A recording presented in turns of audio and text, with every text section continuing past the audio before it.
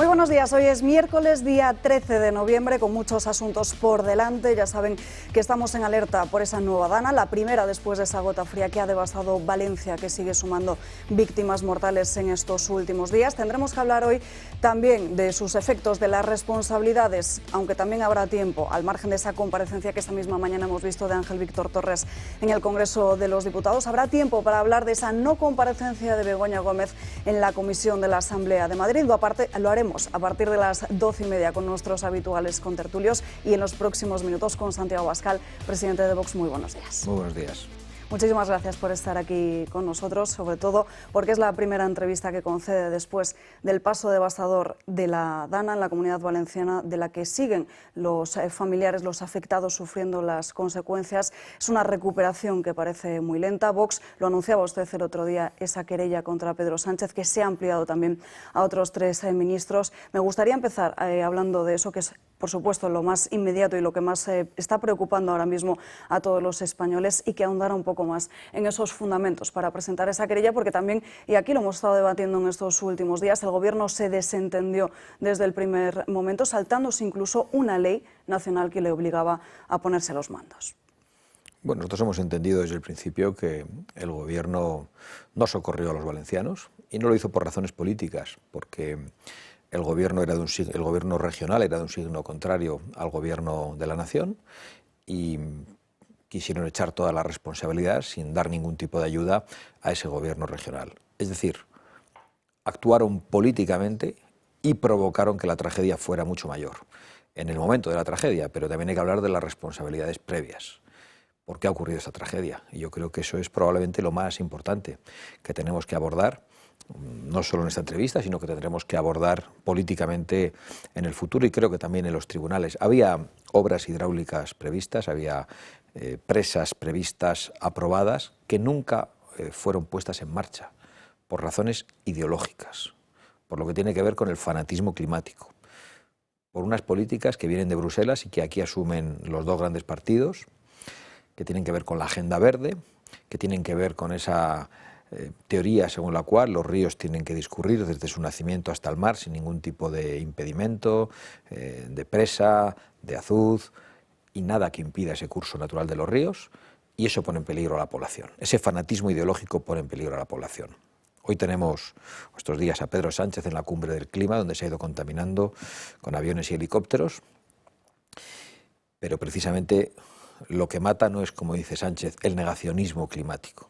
Lo que mata es el fanatismo climático, que impide crear infraestructuras para proteger a la población en lugares donde se sabe que ha habido riadas históricas a lo largo del tiempo.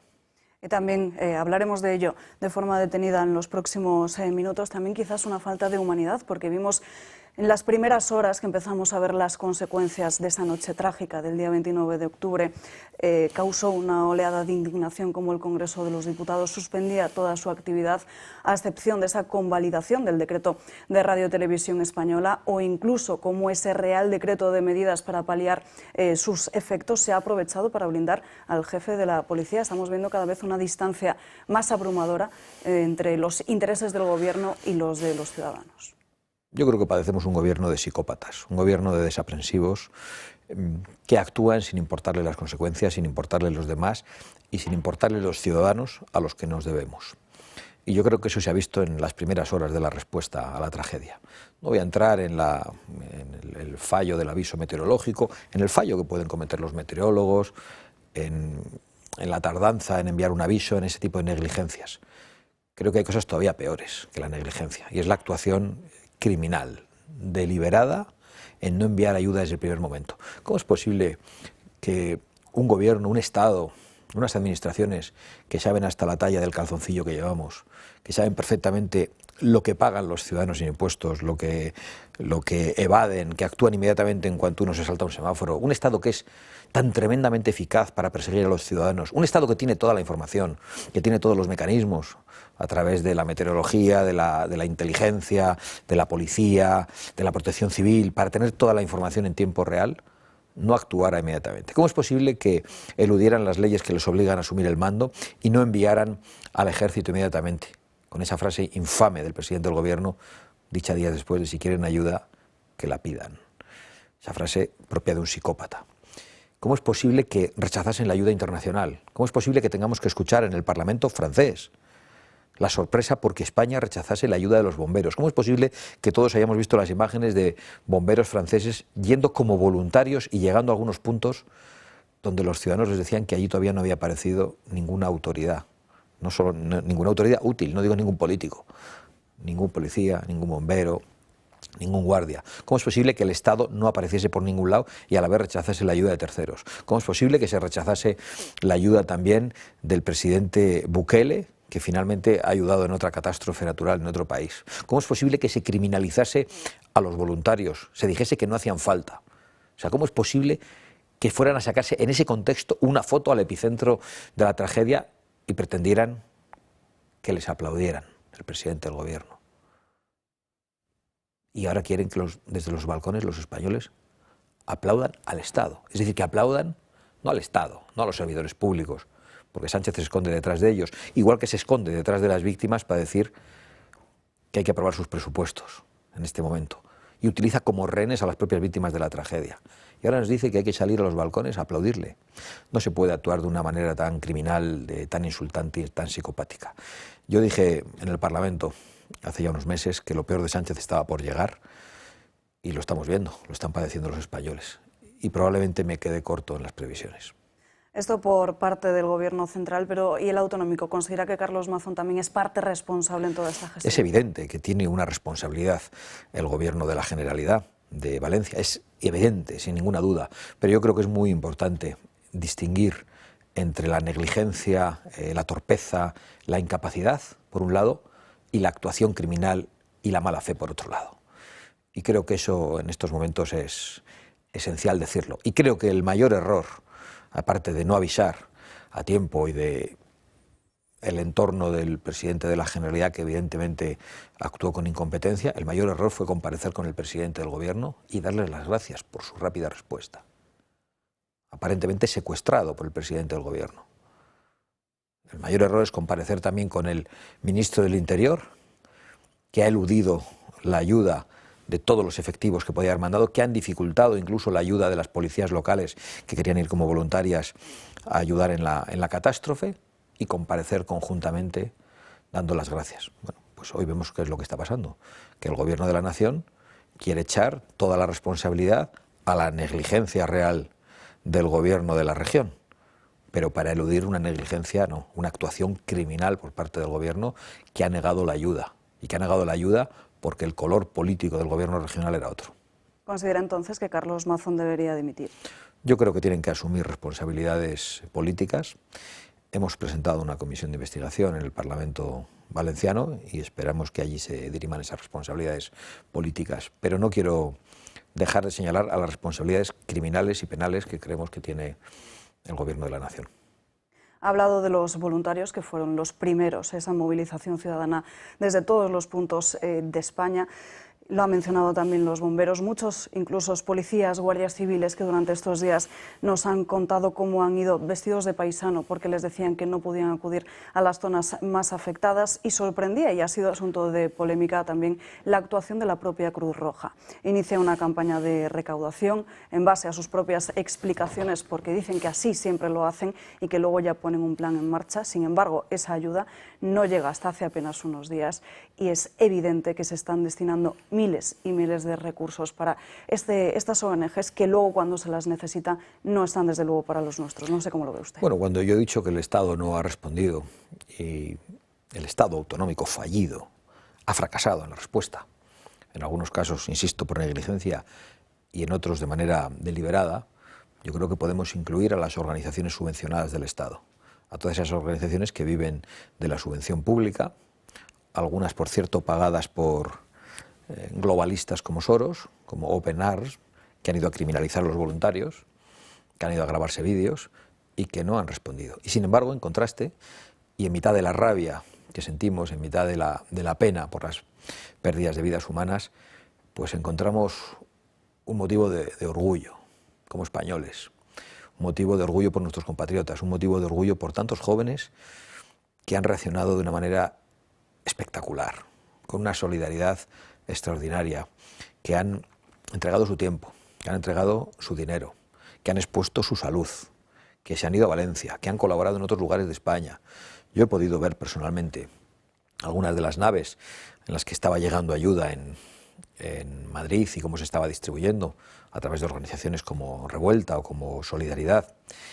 Y he podido ver de cerca el trabajo de todos esos jóvenes, otros no tan jóvenes, pero muy especialmente sorprendido por esa juventud a la que a veces calificamos de hedonista, de despreocupada, de una manera injusta, y ha reaccionado de una manera admirable. Y yo he de decir que me siento muy orgulloso de esa gente que ha estado allí ayudando y que ha estado ayudando también sin ir, otros desde otros lugares. No es para menos, es un orgullo compartido. Volviendo a Pedro Sánchez, está en la cumbre del clima. Luego, si le parece, le pediré una valoración sobre este tipo de eventos, pero ha relacionado a la Dana con el cambio climático. ¿Cómo lo ve usted? Bueno, Pedro Sánchez tiene ausencia de escrúpulos. Entonces, Pedro Sánchez, da igual lo que diga, yo creo que no podemos analizar todas y cada una de sus mentiras, pero lo cierto es que la zona de Valencia, donde se ha producido la tragedia, es una zona donde históricamente ya se han producido esas tragedias. Yo hace poco estaba leyendo un texto del siglo XVIII, donde precisamente se relataba cómo el desbordamiento de esos ríos y de esos barrancos había dejado una cantidad tremenda de muertos esparcidos, se había provocado un drama en el año 1775 y antes. Es una zona donde las lluvias torrenciales pueden provocar esas inundaciones. Y por lo tanto lo que tenemos que hacer es tomar medidas para impedirlo. Y es el fanatismo climático el que impide tomar medidas. Por lo tanto, el fanatismo climático mata y es responsable de la tragedia. Las políticas de Bruselas matan y las políticas de Sánchez matan. No construir las presas previstas es motivo de esta tragedia, es motivo de que la tragedia se haya agravado. Y todo el tiempo que insistan en que no hay que tomar ninguna medida y que los ríos tienen que discurrir sin ningún tipo de intervención por nuestra parte, será todo un tiempo en el que se está poniendo en riesgo gravísimamente a la población en muchas zonas de España. Por lo tanto, son las políticas de Sánchez las que matan, y lo decimos con toda claridad. En esos mismos términos se ha pronunciado esta misma mañana Pepa Millán en el Congreso de los Diputados en esa comparecencia de Ángel Víctor Torres. Si le parece, la escuchamos y ahora lo comentamos. Aquí hoy debería estar Sánchez, dando la cara, explicando por qué no movió un solo dedo desde el primer día, explicando por qué el día de la riada la prioridad del Gobierno era colocar a los suyos en televisión española y no socorrer a los valencianos. Y usted aquí diciendo que la culpa es de los ciudadanos que emiten CO2. Pues mire, lo que mata es no declarar la situación de emergencia. Lo que mata es quedarse cruzado de brazos viendo la catástrofe sin mover un solo dedo por puro interés político. Lo que mata es no haber construido las obras y haber derrumbado las presas por puro fanatismo climático. Eso es lo que mata y no el cambio climático. Hay muchísimos expertos, ingenieros de caminos, diferentes asociaciones que están denunciando ese abandono de las obras hidráulicas desde hace más de 20 años. Desde Vox, ¿qué medidas proponen para el mantenimiento y también para prevenir daños como este en el futuro? Bueno, pues poner la protección de los ciudadanos en manos de los ingenieros de caminos, en manos de los expertos y no en manos de los ecocriminales. Estén en las asociaciones o en los parlamentos. Y hoy estamos en manos de ecocriminales a los que no les importa la población, que están fanatizados, que tienen unas ideas que han convertido en una religión, que insultan a todo el que no asume sus posiciones sobre el fanatismo climático y que son responsables de esta tragedia. Y por eso decimos que Sánchez tenía que haber estado hoy en el Parlamento, dando la cara. En vez de intentar fotografiarse en mitad de la tragedia, tenía que estar en el Parlamento, dando la cara ante los españoles. Pero hace mucho tiempo que elude el control parlamentario. Sánchez lleva semanas sin acudir al control parlamentario los miércoles. Yo llevo sin poder preguntar al presidente del Gobierno, como tercer partido de España, pues desde hace varios meses. Y yo creo que eso demuestra la autocracia hacia la que nos conduce el Partido Socialista y Pedro Sánchez. Hoy tenía que estar ahí Sánchez, pero tenía que estar Teresa Rivera también, porque es responsable precisamente del control de los cauces, es responsable de las políticas que estamos denunciando. Y hoy nos la quieren colocar como comisaria en la Unión Europea. Esperemos que eso no ocurra. Esperemos que el Partido Popular Español sea capaz de hacer que el Partido Popular Europeo no nombre como comisaria a esta señora que es responsable de esta tragedia. Si lo logra, que lo dudamos, pues le daremos la bienvenida a la oposición. Si el Partido Popular Español se limita a votar en contra del nombramiento de Teresa Rivera, pero el Partido Popular Europeo la nombra, pues tendremos que decir que estamos ante una estafa del Partido Popular, salvo que el Partido Popular Español abandone el Partido Popular Europeo. Es una cosa suficientemente seria como para que no nos tomen el pelo, como para que no nos estafen y para que todas las cartas estén encima de la mesa. Pero esperamos que el Partido Popular Español de una vez haga oposición y de una vez defienda los intereses de España y de una vez deje de recibir instrucciones de Bruselas y de una vez abandone las políticas suicidas del fanatismo climático y las políticas verdes de von der Leyen, de Rivera y compañía, porque esto lo comparten todos. Y que de una vez se imponga en el Partido Popular Europeo y diga que esa señora no se la nombra. Hablemos de Teresa Rivera porque hay que recordar que en el día de ayer se sometía a ese examen. El Partido Popular Español, en línea con el Partido Popular Europeo, consiguen que esa decisión se aplaza. Hay que decir que es una suspensión temporal, que no sabemos lo que puede pasar en las próximas semanas hasta su comparecencia y que dé explicaciones sobre su responsabilidad sobre la Dana. Pero más allá de esto, esa candidatura, nos preguntamos si todo responde a intereses económicos, porque parece que Teresa Rivera se ha alineado con las eléctricas y podría actuar como su propia representante en la Unión Europea. Bueno, yo de este gobierno lo espero todo. Este es un gobierno sumido en la corrupción. La señora, el hermano, el número 2 del presidente del gobierno están imputados. No sé cómo el presidente del gobierno no está imputado todavía. Debería estar imputado por muchas razones y debería estar sentado en un banquillo. Por lo tanto, cualquier cosa que haga Teresa Rivera nos sorprende. A mí lo que me sorprende es que haya tenido que producirse una catástrofe para que el Partido Popular Español se dé cuenta de que hay que intentar impedir el nombramiento de Teresa Rivera. Digo, impedirlo, no hacer como que se impide. Eso es lo que me sorprende más. Claro, hemos ido a unas elecciones europeas donde el Partido Popular y el Partido Socialista debatían como si fueran totalmente contrarios. Inmediatamente después han llegado a un acuerdo de gobierno populares y socialistas en la Unión Europea. Y acaba de ocurrir esta tragedia que probablemente les ha sacado a todos las vergüenzas a flote. Se ha retrasado la comparecencia de Teresa Rivera, pero para nosotros no es suficiente. Nosotros no queremos un teatrillo para que pase el tiempo. Hemos visto hoy la intervención del representante del Partido Popular en el Congreso y francamente era una intervención en la que parecía que estaban incómodos atacando al gobierno. Hemos escuchado al portavoz del Partido Popular diciendo que no iban a hacer un acoso y derribo al gobierno. ¿Cómo no vamos a hacer un acoso y derribo a este gobierno responsable de tantas cosas malas en España? Si no son la oposición, que lo digan a los españoles, que se quiten de en medio y que nos dejen a nosotros. Hablemos de la declaración de la mujer del presidente del Gobierno, de Begoña Gómez, en la Asamblea de Madrid esta misma mañana, porque la movilización de recursos del Estado para la protección de la propia Gómez es a todas luces sorprendente. De hecho, como en las dos declaraciones judiciales anteriores, se han movilizado recursos del propio Estado como si esta fuera incluso una primera dama o tuviese algún tipo de figura institucional. Estamos ante un abuso de poder, porque hemos visto incluso que dentro de esa propia Asamblea también estaba el director de comunicación del Partido Socialista. Bueno, es evidente que estamos ante un abuso de poder y ante un uso de las instituciones al servicio de un partido y, lo que es peor, al servicio de una familia. Pero no sorprende tampoco, porque hemos visto a este gobierno romper relaciones diplomáticas con un país amigo como Argentina solo para defender el nombre de la esposa del presidente del gobierno, que no forma parte de las instituciones del Estado. Y hemos visto a ese mismo gobierno no romper las relaciones diplomáticas con Colombia cuando el presidente de Colombia insultó a España antes de tener una intervención en el Congreso de los Diputados, aplaudida por Partido Popular y Partido Socialista, y de recibir, por cierto, una medalla en el Ayuntamiento de Madrid. Ahí no se rompen relaciones diplomáticas cuando el insulto de Petro, del terrorista Petro, era contra todos los españoles. La intervención de Javier Milei era en relación a la presidenta, a la mujer del presidente del gobierno, que no es una institución. Es evidente que el Partido Socialista y que Pedro Sánchez van a usar todas las instituciones a su servicio sin ningún tipo de límite, como lo hacen hoy con un dispositivo de seguridad claramente desproporcionado para acompañar a la señora del presidente del gobierno, para impedir que sea fotografiada, cuando no hay ningún tipo de riesgo, ni se lo deseamos. Lo que deseamos es que estén en un banquillo. Ambos. Lo que deseamos es que asuman sus responsabilidades penales. Lo que deseamos es que los corruptos paguen y que dejen de ser los españoles los que tienen que pagar a este sistema político que les ha abandonado. Eso es lo que queremos.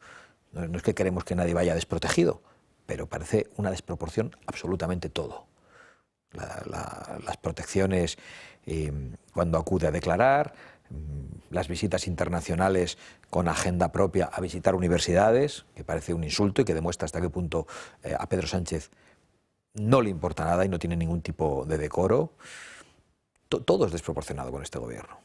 Por eso a este gobierno hay que hacerle un acoso y derribo hasta que se vayan, hasta que devuelvan la voz a los españoles a los que han engañado durante 2 elecciones consecutivas sobre sus pactos, sobre la amnistía. Claro que hay que hacer un acoso y derribo a este gobierno. O incluso con ese ejemplo de que la próxima semana estaba citada a comparecer ante el magistrado Peinado y ha solicitado no hacerlo porque está invitada a la cumbre del G20. Vamos a hablar de otras cuestiones que han pasado a un segundo plano en estos últimos días por la realidad que estamos sufriendo en nuestro país, pero que no por ello son menos preocupantes. Una de ellas es, por ejemplo, la inmigración ilegal. Esta mañana hemos podido leer cómo Ceuta va a destinar más de 22 millones de euros para la atención de esos menas el próximo año 2025 que están en la ciudad autónoma. A mí me lleva a una reflexión muy evidente. Antes de entrar aquí también leía los aviones que habían sido movilizados para trasladar a los inmigrantes ilegales de Canarias a Madrid. Pues todo para los inmigrantes ilegales. Traslados, manutención, alimentación, vestido, alojamientos y nada para los españoles que sufren. Nada para los españoles que no llegan a fin de mes. Nada, o tarde, mal y nunca, para los españoles que sufren una tragedia en Canarias con el volcán, para los españoles que sufren esta tragedia en este momento. Los españoles abandonados y el gobierno y las administraciones públicas preocupadas por los ciudadanos de otros países. Yo represento a españoles que nos han votado y me gustaría representar a todos los españoles algún día. ¿Estos señores a quién representan? ¿A quién obedecen? ¿A quién benefician sus políticas? Es inconcebible. Yo entiendo la rabia expresada en las calles, la entiendo y la comparto, porque es un insulto permanente. Esta partidocracia tiene una forma de democracia aparente, pero hace mucho tiempo que no defiende los intereses nacionales y la del conjunto de los españoles. Esa oleada de inmigración ilegal también se ha convertido en estos últimos días en una especie de violencia antisemita que recorre las calles de toda Europa. Lo vimos la semana pasada en Ámsterdam, también en Estocolmo. Incluso hay preocupación por lo que pueda suceder este jueves en Francia. La situación en Oriente Medio también es muy preocupante y, sin embargo, estamos asistiendo a un momento en el que parece que Europa sigue estando alineada con un grupo terrorista y dejando a un lado o dando la espalda a una democracia como Israel. Bueno, yo creo que cualquiera que se haya detenido a ver lo que pasó el 7 de octubre y el tipo de crímenes que se cometieron contra la población en Israel, crímenes impulsados desde Irán, con los ataques coordinados de organizaciones terroristas como Hamas y Hezbollah, que son organizaciones dependientes de Irán, aliado de Venezuela, aliado de Putin. Cualquiera que viera la naturaleza de esos crímenes absolutamente horrendos y satánicos debería ser consciente de qué lado hay que estar. Debería ser consciente desde qué punto el islamismo extremista está dispuesto a todo en Israel y en Europa. Y en Europa ya lo estamos padeciendo. Y si no somos conscientes y vemos aquí a los islamoizquierdistas siempre del lado incorrecto de la historia, pues lo padecerán las poblaciones en el futuro. Ya lo están padeciendo en toda Europa. Y nosotros hemos lanzado la voz de alerta hace mucho tiempo. No se puede seguir tolerando esta inmigración masiva, esta invasión islamista que viene de algunos lugares y que pone en riesgo absoluto nuestra manera de vivir, nuestra seguridad, nuestras libertades, la seguridad de las mujeres muy especialmente. Nuestra posición es muy clara y no tengo ninguna duda de que esa posición se abrirá paso y que esa posición será apoyada mayoritariamente por los pueblos, como ya lo es en muchos sitios de Europa. Están cambiando las cosas en el mundo. Vemos de nuevo cómo Donald Trump ha obtenido la victoria en Estados Unidos y eso también va a tener un efecto, sin ninguna duda. Hablemos de Estados Unidos. ¿Cómo considera que va a cambiar el mundo esta nueva era trumpista después de una victoria electoral que además contra todo pronóstico? Bueno, yo creo que muchas cosas están cambiando desde hace mucho tiempo. Ya en el año 2016, con la primera victoria de Trump, la desconfianza de las sociedades occidentales respecto a la mayor parte de sus medios de comunicación es una desconfianza lógica. La desconfianza respecto a las instituciones supranacionales en manos de regímenes fundamentalistas, en muchos casos, es una desconfianza lógica. La desconfianza hacia el globalismo que quiere acabar con legislaciones, soberanías, constituciones y hacer tabla rasa en todo el mundo, es una desconfianza lógica. Y por lo tanto yo creo que la reacción de los patriotas en todo el mundo, muy visible en Estados Unidos, con muchas dificultades, contra toda la prensa, contra todo el poder, contra todo el Estado profundo, creo que esa victoria nos debe dar esperanzas en todo el mundo. Esas victorias se han producido ya en algunos lugares de Europa, se ha producido en Estados Unidos y confiamos en que más pronto que tarde se logre en España. Y esa fuerza de los patriotas, de los conservadores, también se va a ver en esa CIPAC que va a producirse el próximo 4 de diciembre. Usted ha sido invitado por el presidente de Argentina, por Javier Milei. Se trata del mayor encuentro de conservadores de todo el mundo. No sé qué espera de esta próxima cita. Bueno, yo creo que es muy importante, lo he dicho en otras ocasiones, que los buenos estemos unidos. A veces los movimientos patrióticos han tendido al aislacionismo. Han pensado que frente a movimientos internacionalistas o globalistas lo adecuado era aislarse. Yo pienso que no. Yo creo que hay que ser capaces de articular alianzas con movimientos patrióticos en defensa de la soberanía, en defensa de las libertades de los ciudadanos, en defensa del Estado de Derecho y respetando nuestra propia soberanía. Y eso nosotros lo hemos intentado en la Unión Europea. Hemos articulado contactos entre partidos que no los tenían. Hemos logrado una interlocución internacional que en España creo que no tiene ninguna otra fuerza política, y lo hemos hecho porque creemos que si los malos están unidos en distintas instituciones, me da igual instituciones supranacionales secuestradas por la izquierda o por el islamismo como la ONU y que traen la Agenda 2030 y otras porquerías, o están unidos en torno a internacionales del terror y del crimen y del narco como el Grupo de Puebla y el Foro de Sao Paulo, nosotros también tenemos que crear instituciones que unan a los patriotas de todo el mundo en nuestro respeto mutuo por nuestra soberanía. Nosotros no queremos hacer políticas para que las apliquen en otros países. Lo que queremos es que se respete nuestra soberanía, nuestra manera de vivir, y es muy fácil articular esas alianzas con personas con las que se comparten valores, con las que se comparte un modelo de sociedad y un respeto por lo que han hecho nuestros mayores. Santiago Abascal, presidente de Vox, ha sido un placer poder charlar este rato con usted. Muchísimas gracias. Un placer. Y nosotros nos vamos a ir a una breve pausa de publicidad y a la vuelta lo analizamos todo. Aquí les esperamos.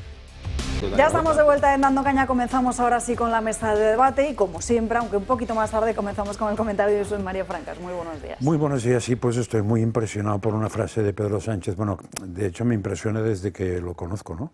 No para bien precisamente, lo del que el cambio climático mata.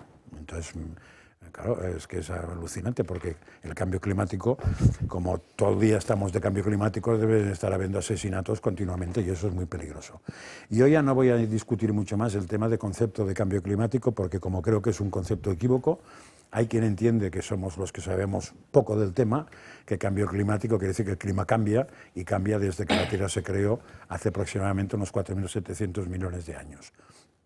Pero hay otros que a eso le añaden una serie de paquetes de cosas muy curiosas y ya prefiero no entrar porque la gente normal, si le dices no existe el cambio climático, dicen, pero tú eres tonto, coño, ¿no ves que mi casa hace más frío hoy que ayer? Y pues claro, es que el cambio climático es continuo, o sea, es continuo que cambie. Lo que no es continuo es el concepto que nos intentan vender del cambio climático. O sea, el clima cambia, no tengo ninguna idea, ¿no? Y el nombre, ya digo que me importa un poco un pimiento, porque me da absolutamente igual. A ver, que España tiene un problema con el agua, yo creo que es una cosa evidente, no sé desde cuándo. A mí me han dicho que ya lo explicaba Víctor Hugo en una novela, pero probablemente los romanos también tenían eso pensado, porque si vas a Segovia incluso ves un acueducto bastante grande, y en la zona de Tarragona también había, aunque están más destruidos, ¿no? O sea que España tiene un problema grave con el agua, como lo debe tener toda la zona que está en la zona cerca del Ecuador donde estamos, que tiene un problema de esto, ¿no? Y ese problema de agua se traduce en una cosa muy fácil, que es que en verano falta, no en todos los sitios, y en invierno sobra, y no en todos los sitios. Entonces, ¿el cambio climático mata? No. ¿Mata el clima? Pues, hombre, el clima, claro, si hace un frío del carajo y te encuentras en un lago bañándote, te puedes morir. Pero lo que mata es, por ejemplo, la imprevisión. Lo que seguramente mata es la dejadez. Lo que seguramente mata es, como ya he dicho Santiago Abascal hace unos minutos, la ideología. Y lo que seguramente mata es dejar al pueblo tirado. Eso más que matar, remata. Entonces Pedro Sánchez me parece muy bien que se preocupe de que lo que él llama cambio climático mata, pero que piense que ha matado más él con su inanición y Teresa Rivera con su inutilidad y con su imprevisión, que todo lo que puede hacer el mucho frío que hará este invierno, que ya veremos, o el mucho calor que hizo este verano, que no lo vimos. Saludamos rápidamente al resto de invitados que nos acompañan esta mañana. Ignacio de Oces, muy buenos días. Buenos días, Alba. Buenos días también, Miguel Ángel. Muy buenos días. Y por último, Arturo Moreno. Si os parece, luego hablaremos de la cuestión del cambio climático, de esas salidas de tono del presidente del Gobierno y de esta gestión que se está haciendo con el temporal de la Dana, pero vamos con lo más reciente, que es lo que está pasando en la Asamblea de Madrid con esa comparecencia, no comparecencia de la mujer del presidente del Gobierno, Begoña Gómez, que llegaba a las 10 de la mañana a esa Asamblea, comparecía, estaba previsto que compareciese en esa comisión que investiga si tuvo trato de favor en la Universidad Complutense de Madrid. La mujer del presidente del Gobierno ha empezado su intervención de apenas un minuto asegurando que desde hace 25 años trabaja en consultoría y docencia y que desde hace 12 empezó a colaborar con la Complutense, pero se amplía en 2020 con una cátedra no remunerada habitual en las universidades públicas. Eso es lo que declaraba la mujer del presidente del Gobierno previamente a negarse a acogerse a su derecho a no declarar, y así se lo habría recomendado además su propia defensa. Quiero que vean la llegada de Begoña Gómez a la Asamblea de Madrid, porque también es bastante sorprendente la cantidad de personal que la acompaña a esta declaración, a esta comisión de investigación de la Asamblea, porque no solo se movilizan incluso diferentes efectivos personal de presidencia, sino que incluso entre los mismos podemos ver a diferentes personalidades vinculadas al Partido Socialista, como es su director de comunicación. Escuchemos ese momento en el que Begoña Gómez intervenía, que fue interrumpida además por una diputada del Partido Popular, cuando la mujer del presidente comenzaba a hablar de bulos, lo que le ha llevado a la presidenta de la comisión a llamar la atención a su compañera de filas. Bueno, primero, muy buenos días a todos. Presidenta, señorías. Antes que nada, permítanme exponer en menos de un minuto lo siguiente. Desde hace 25 años trabajo en consultoría y docencia. He coordinado equipos, he dirigido proyectos, he asesorado a más de medio centenar de profesionales en el sector privado y en el tercer sector. Hace 12 años que inicié una colaboración con la Universidad Complutense de Madrid como codirectora de un máster de títulos propios para formar a profesionales especializados en proyectos sociales y en proyectos de sostenibilidad. Es en el 2020, cuando esta colaboración se amplía con la creación de una cátedra extraordinaria. Una cátedra extraordinaria que es una práctica habitual dentro de las universidades públicas y además no remunerada. Soy plenamente consciente de que tanto esta comisión como la colección de denuncias judiciales, la cantidad de bulos... Mire, perdóneme, señora Gómez, pero... perdóneme, señora Gómez. Es que esto es una intervención... No, perdóneme, señora Gómez. Mire, el turno de intervención... Le pido, presidenta, que Celada, señor Celada, señor Celada.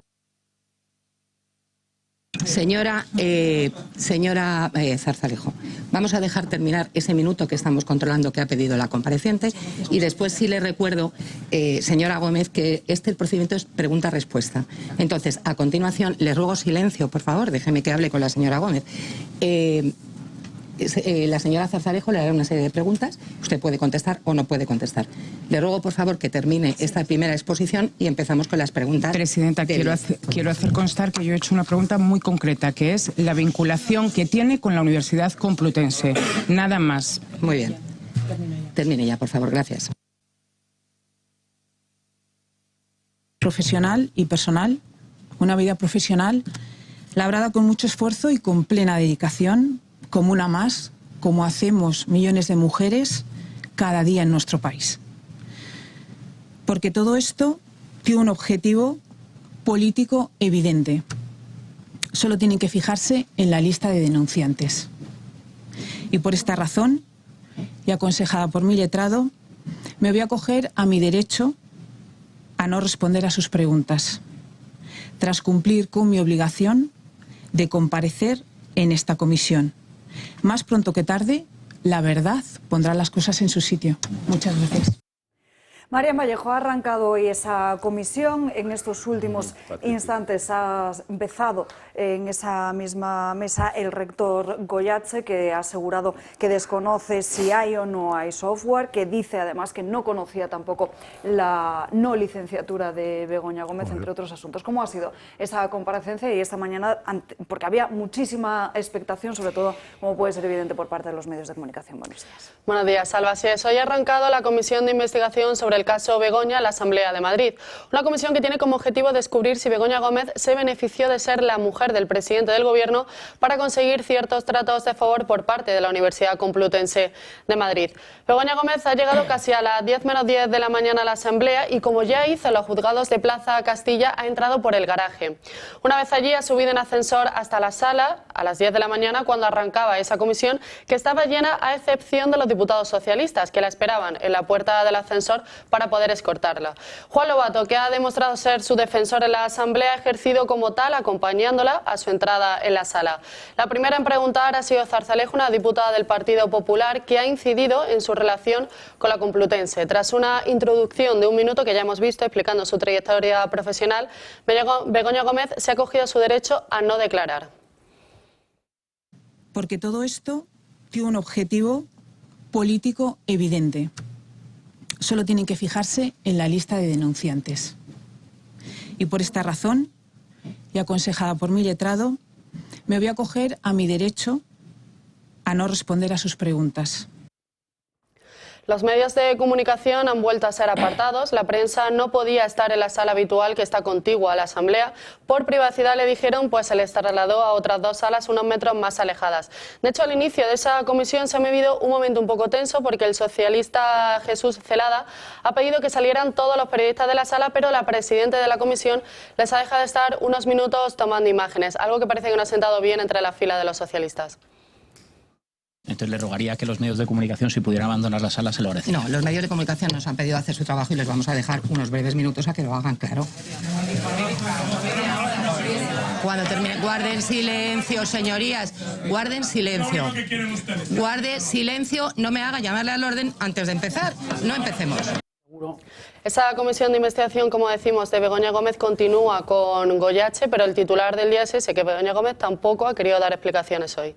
Gracias, Marian. Dice el rector, además, que no sabe si las reuniones que se produjeron en el Palacio de la Moncloa fueron en la parte residencial o en la parte institucional, aunque asegura que solo fue con la propia señora Gómez, que en ningún caso estaba presente el presidente del Gobierno. Atención a esta información que publicaba esta misma mañana Voz Populi, que nos muestra un poco cómo es la situación y cómo se movilizan los recursos del Estado en torno a la familia, porque la seguridad de Moncloa visitó la Asamblea para ver cómo podía acceder la mujer del presidente sin que la inmortalizase ninguna cámara. Miguel Ángel Durán, ¿cómo lo ves? Bueno, a ver, la señora Gómez tiene todo el derecho a guardar silencio y a no declarar contra sí misma, porque está ciertamente tiene un problema judicial serio, pero lo que ocurre es que entendiendo que desde el punto de vista procesal penal, es decir, alguien que tiene una causa penal, pues se ha aconsejado por su abogado en el sentido de que si habla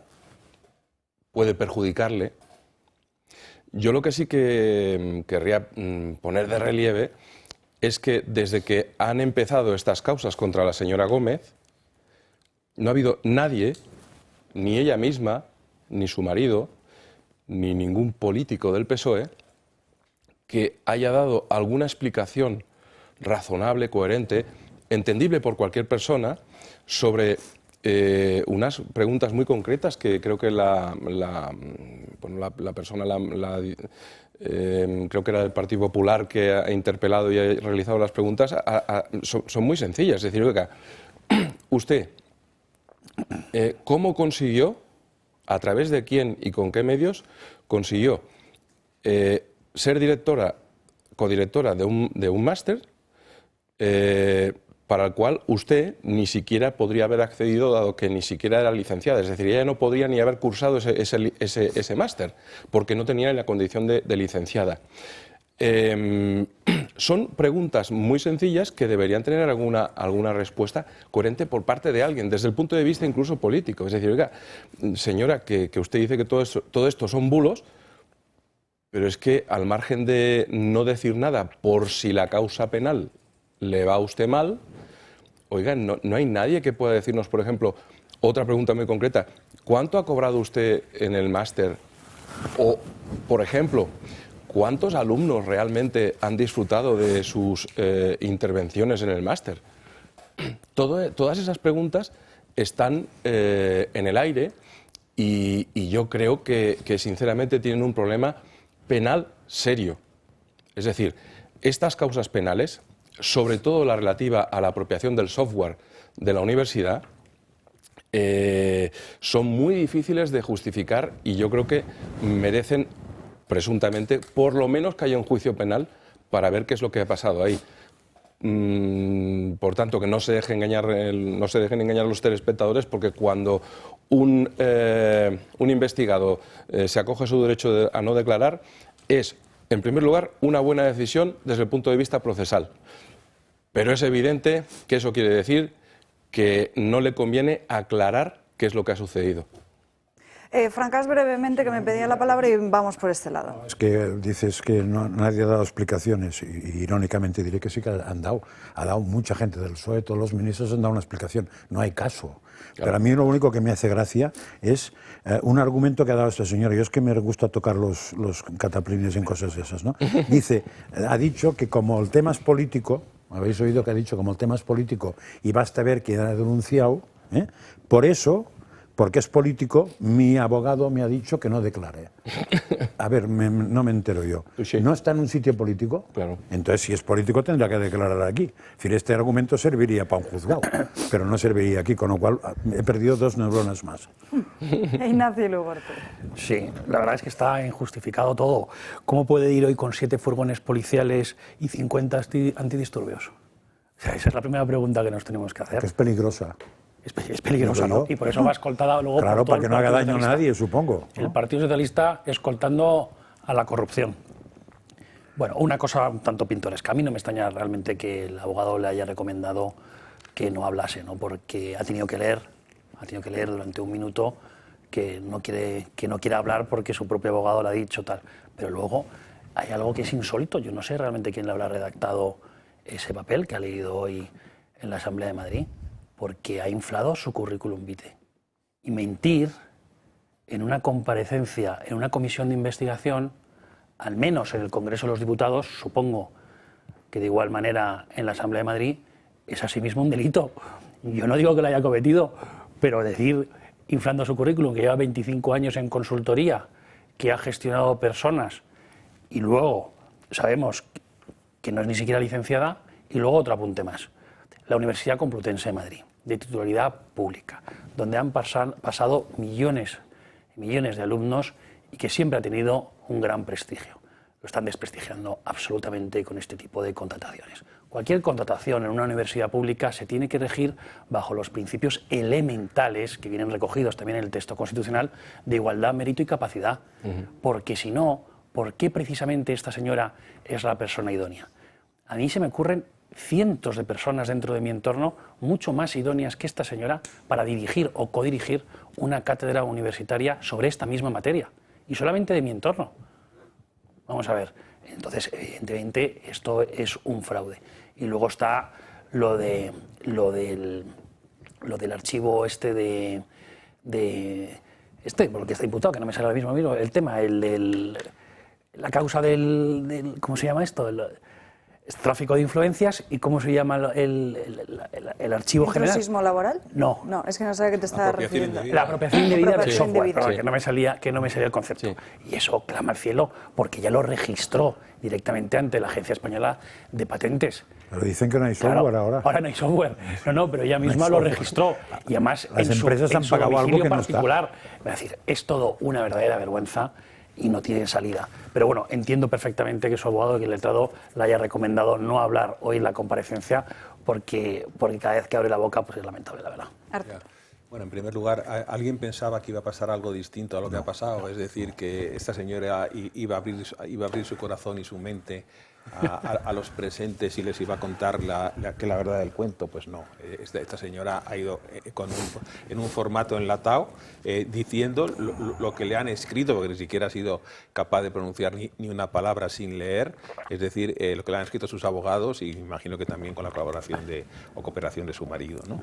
En segundo lugar, estamos hablando de una señora que se le imputan, está investigada por 4 delitos, ¿no? Está investigada por apropiación indebida, como ha dicho muy bien Ignacio, está por intrusismo profesional y por los delitos de tráfico de influencias y corrupción en los negocios, no cualquier cosa. Esta señora, en tercer lugar, esta señora está aquí porque es la mujer del presidente del gobierno. Es decir, que esta señora, nadie le hubiese dado en España una cátedra en una universidad, y quiero recordar que en la Universidad Complutense, que está reconocida, hace un momento lo acabo de mirar, como la mejor universidad de España, según el ranking de tal, o habrá otro ranking que empezará otra cosa, pero en cualquier caso es el sitio donde han estudiado desde Ortega y Gasset, a Julián Marías, a García Gallo, no sé, hay un montón de catedráticos ilustres, eméritos y tal, y que esto no tiene ningún sentido. Es decir, esta cátedra se le ha dado exclusivamente porque es la mujer del presidente.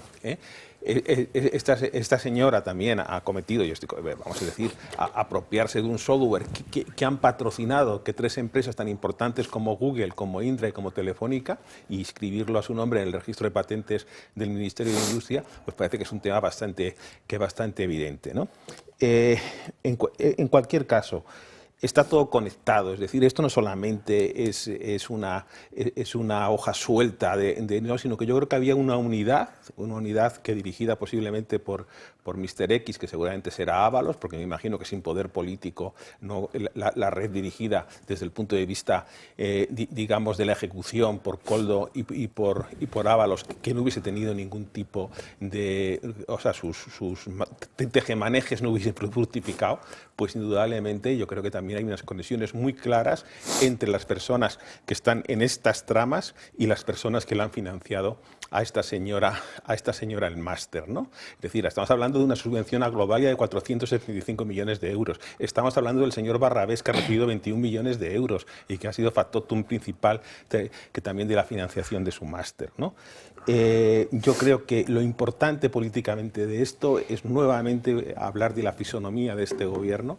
Es un gobierno que está instalado en el abuso de poder, es decir, en una concepción patrimonialista del poder, donde el fin justifica los medios y donde no saben distinguir ni lo público ni lo privado. Está todo mezclado y ellos se creen que están por encima de la ley y por encima de todo. Con lo cual, creo que esa señora tiene que responder ante la justicia, dejar de ser una fuguista, como ahora mismo se va a la cumbre del G20, no sé qué va a hacer en la cumbre del G20, pero vamos, en cualquier caso deja plantada al juez y yo creo que, en fin, que las cosas empiezan a estar bastante claras y me parece que van a tener bastantes repercusiones políticas y, por supuesto, penales. Miguel Ángel. Sí, muy brevemente, solo que como consecuencia de que no ha dicho nada de aquello de lo que se le preguntaba, pues claro, nos obliga un poco pues, a hablar de otras cosas. Y yo, sinceramente, ante estas imágenes, quería preguntaros, en general, bueno, no depende de si uno es chico o chica, pero ese flequillo que te tapa todos los ojos, eso tiene que ser muy molesto, porque es que yo he visto, es que no se le ve ni la mirada, yo tengo un Yorkshire que cuando veo que el pelo le crece demasiado, le corto el pelito para que pueda ver. Creo que el 90% de las mujeres te dirían que tener flequillos ya incómodo de es incómodo, para ¿verdad? tenerlo largo. Yo no quería pero decir, más allá de eso, pues claro, es que como sobre el contenido de su comparecencia no podemos hablar, pues me ha sorprendido que realmente no se le veía la mirada. No, yo sobre el contenido, sí. ¿Habéis oído la palabra altruista? No.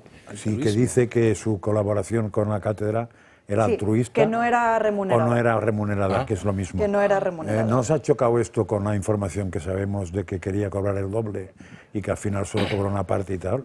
Lo digo porque puedes a buscar cosas en que no hay. Eso es lo que habría que... No ha sido del todo Nos vamos a ir, nos vamos a ir a una breve pausa de publicidad.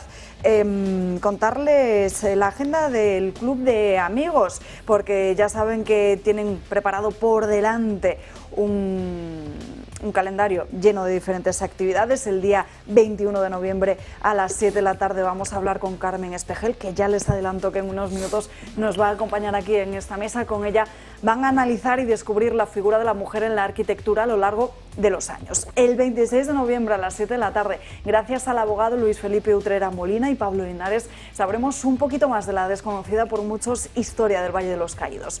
El viernes 29 de noviembre a las 8:30, debates en Libertad, 8:30 de la tarde, debates en Libertad con unos invitados excepcionales: José Ángel Antelo, Javier Borrego, Luis del Pino y Julio Ariza. Participen en esa conversación y sean parte del cambio. El viernes día 13 de diciembre, segunda edición de Debates en Libertad en Barcelona. Vamos a hacer un balance social, pero también político, con José Javier Esparza, Josep María Francas y Joan Garriga. Así que inscríbanse cuanto antes. Por cierto, que ya tenemos a la venta nuestro 10º de la Lotería de Navidad. Van a ver en sus pantallas el número, el 90.664.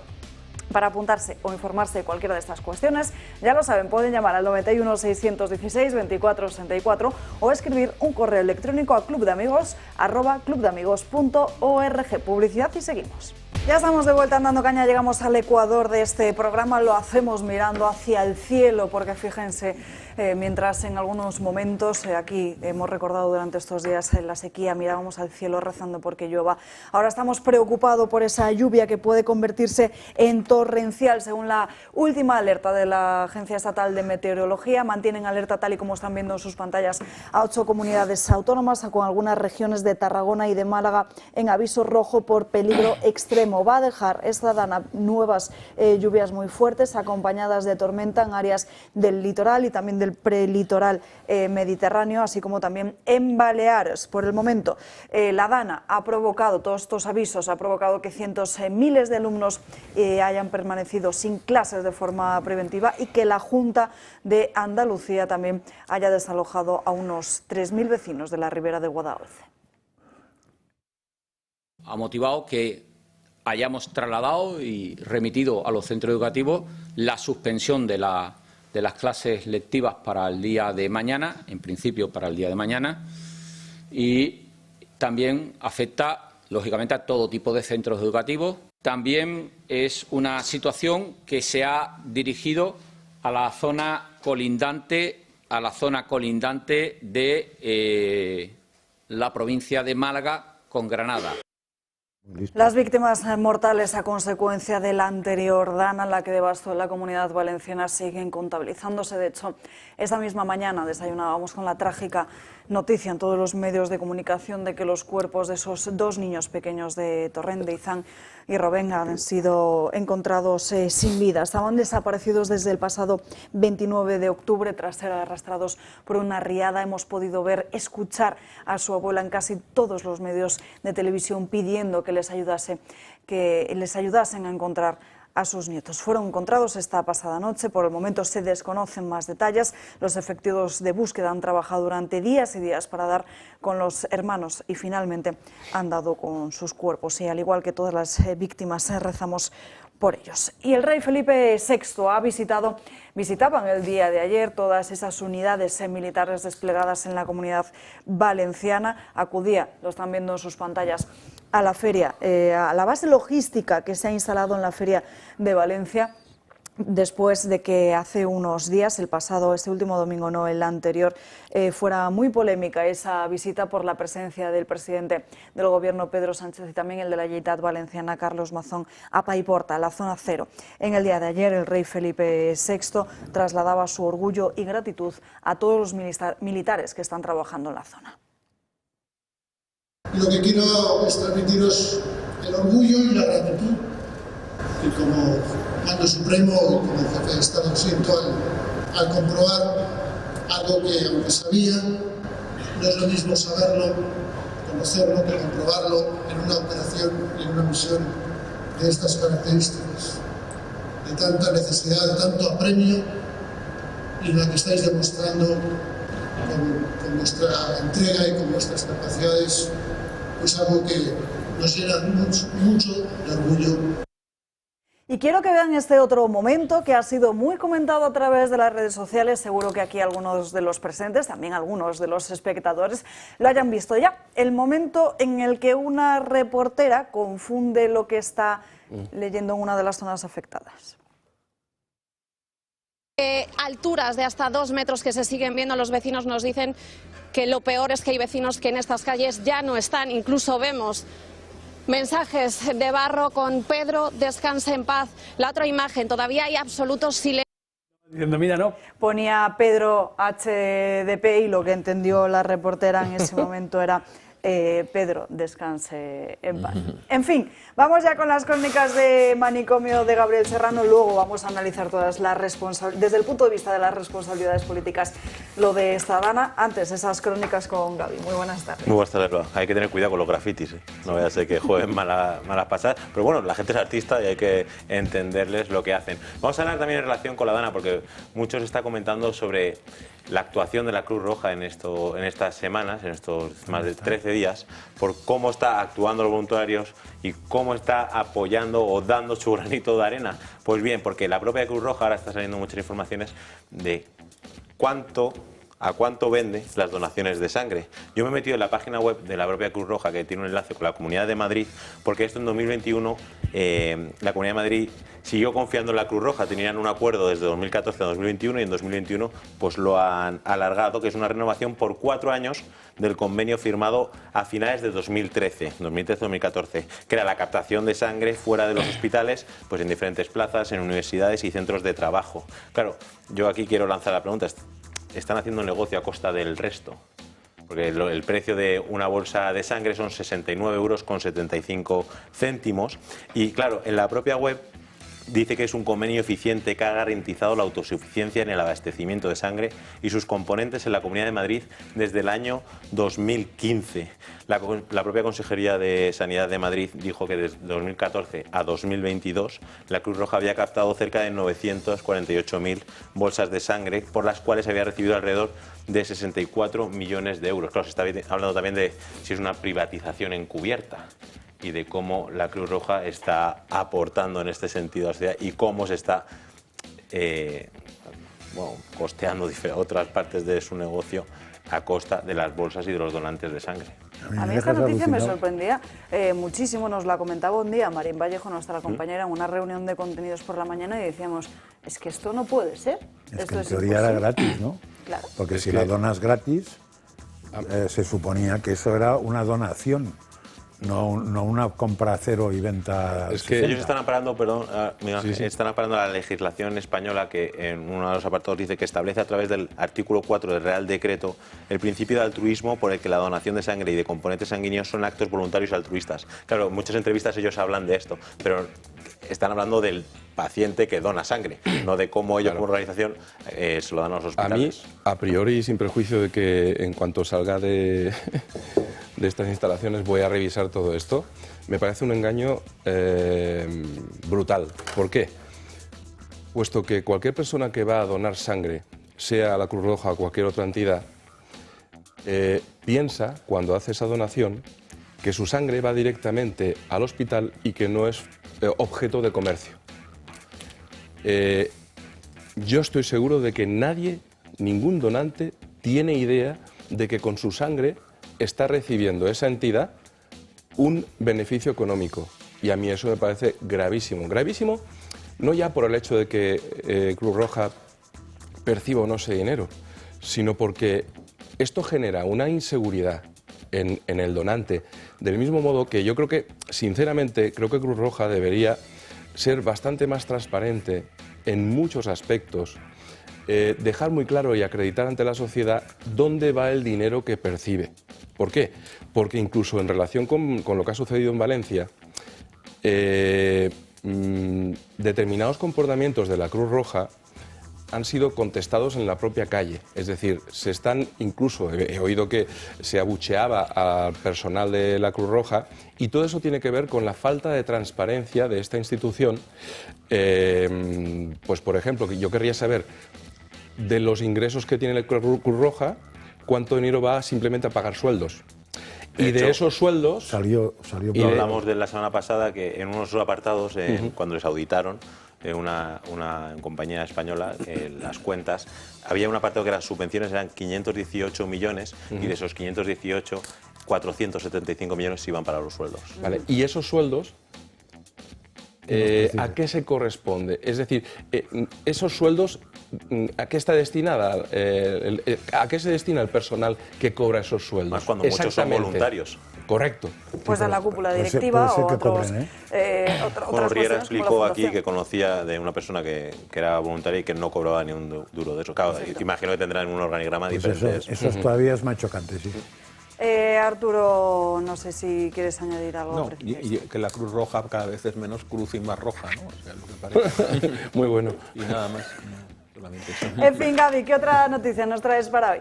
Pues hablemos de algo que ha surgido como esta efervescencia, que es Radio Televisión Española, algo que nos gusta a todos los españoles, porque van a estrenar un nuevo Late Show, ¿vale? Y vamos a hablar de él, y lo va a presentar Enar Álvarez, ¿vale? Y lo produce además Producciones del Barrio, que es de Jordi Évole. Pues bien, yo quiero que veamos... O sea, seguimos con las producciones externas de Televisión Española. Quiero que veamos 20 segundos, para un poco lo que nos espera. Rata inmunda, animal rastrero, escoria de la vida, desprecio mal hecho.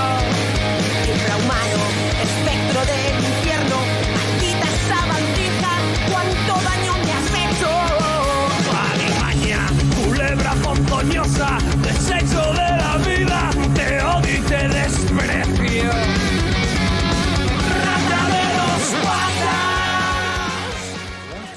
O sea, que habla de rata inmunda. ¿Pero de quién habla? Pues ahora lo voy a explicar. Porque en la propia página web de RTV Play dice: es un espacio de entrevistas con formato de late show y un tono gamberro, irreverente, transgresor y reivindicativo, donde se escuchará la voz de mujeres que tienen mucho que contar.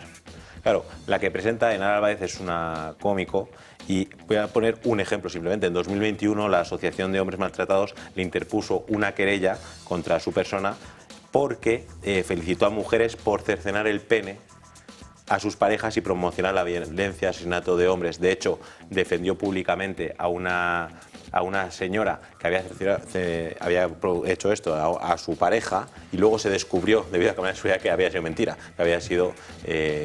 que la habían acusado falsamente. Entonces, esto es un poco lo que tenemos. Y ahora vamos a entrar en sus colaboradores, porque uno de ellos es Mr. Jagger. No sé si ustedes le conocerán, que es un conocido youtuber que se llama Alberto Redondo Jiménez, más conocido por eso como Mr. Jagger, que además tiene bastantes seguidores tanto en las redes sociales de Instagram como de YouTube. Y es un ejemplo para muchos jóvenes.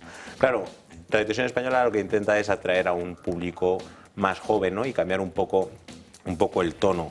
Pues claro, es que Mr. Jagger es una de las figuras más excéntricas de Internet y es una de las más provocadoras. Pero yo creo que veamos uno de los tweets que él ya, cuando salió esta noticia, ha ido borrando poco a poco. No tiene todos, pero bueno, las redes dejan huella.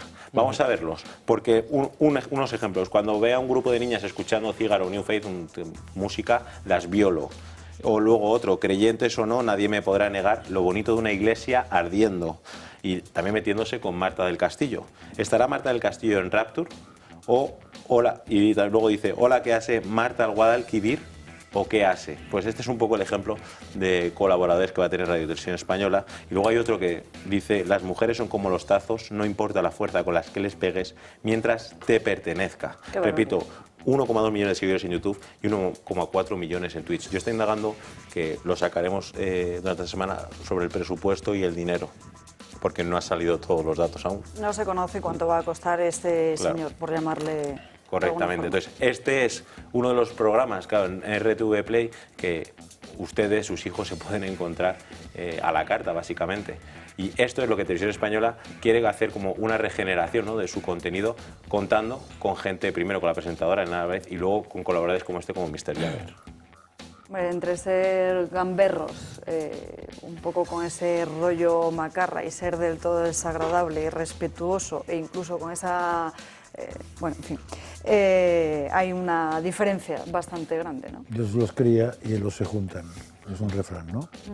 A mí me ha chocado la canción porque me ha venido enseguida un par de figuras en la cabeza, por si hablaban de ellas, pero digo, caray, qué atrevimiento tiene Televisión Española, que va a hacer de lo del perro y el que da de comer y tal, pero prefiero no insistir en datos. Qué barbaridad. Bueno, yo es que todo lo que venga de Jordi Évole, persona que pontifica como si él fuese el adalid de lo más sagrado y del comportamiento humano, cuando en realidad solo hace que, entre comillas, chupar de lo público, pues no me extraña. Es decir, esto es digno de él. ¿Y las manifestaciones de los tuits son delictivas? Al menos las de este Son sí. claramente delictivas. Al menos de este sí, ¿no? Duda. El Jagger este o... Pero fíjate, dentro de que el concepto delictivo sobre libertad de expresión o no... sí, pero quiero decir que el problema está en que en una institución pública, en que nada menos que Radio Televisión Española dedique dinero a este tipo de personajes. Sin duda. Es decir, eso es lo que me sobre todo para engordar las cuentas corrientes y las cuentas de explotación de personajes como Jordi Évole. Sobre todo el contenido que están creando, ellos se piensan que el resto de la sociedad es una imposición y todos tenemos que ir a una para consumir este tipo de acciones. Entonces, que esto también es lo peligroso, que no están en la sociedad en sí, porque yo creo que hay una línea y no es fina. Y lo peligroso es que yo creo que todo esto tiene que ver con crear un marco mental en la juventud de forma que se estigmatice todo aquello que no sea eso. Es decir, ellos quieren crear este tipo de juventud de forma y manera que cualquier persona que piense distinto a este tipo de chorradas, pues reciba su merecido. Sea su objetivo. Pero bueno, cosas como estas, o sea, forman parte de lo que es el caldo de cultivo que ha motivado el triunfo de Trump en Estados Unidos. Es decir, todo esto ya empieza en un momento que a la gente le horroriza, ¿verdad? Que sus hijos reciban estos mensajes y Hombre, es que aquí tan no puede desagradables, gustar esto. los hijos y los mayores, es decir, este tipo de cosas y tal. Y entonces, todo eso al final ha creado en las guerras culturales, que por cierto, para desdén de muchos, las ha ganado Trump, todas las guerras culturales, la guerra contra el feminismo, la guerra contra el cambio climático, la guerra contra, en fin, que todas las guerras culturales que estaban planteadas, pero esto forma parte, es una gota más de estas gotas que llama Malayas, ¿no? Que es que no para ni descansa, del mal gusto, en fin, de una sociedad que ha perdido también no solamente los valores, sino también un sentido un poco